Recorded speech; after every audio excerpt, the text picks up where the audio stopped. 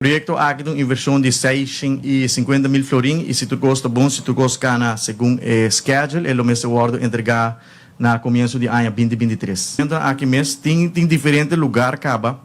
atração que tem directions, que tem signage, pero aqui nós estamos base com outro projeto para ampliação de signage para guia para turismo, por exemplo, aqui nós vai considerar atração turista mesmo posar também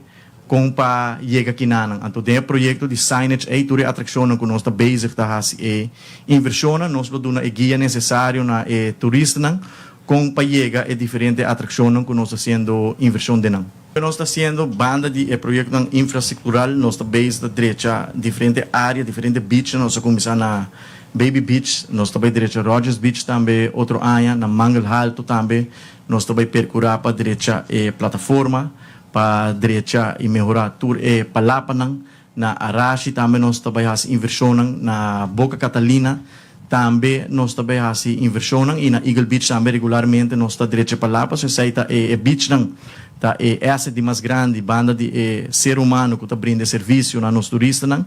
beach tá asset de mais grande que nós tem na Ruby sai também nós tem que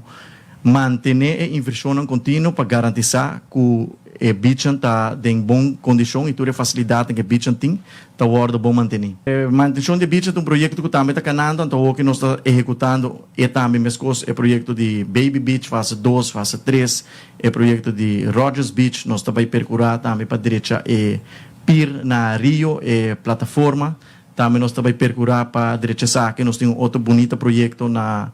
Santa Cruz também, na Anchor de Casariba e pouco a pouco cada semana o projeto não guardo preparar e nanta para começar a execução nós também anunciado um para um.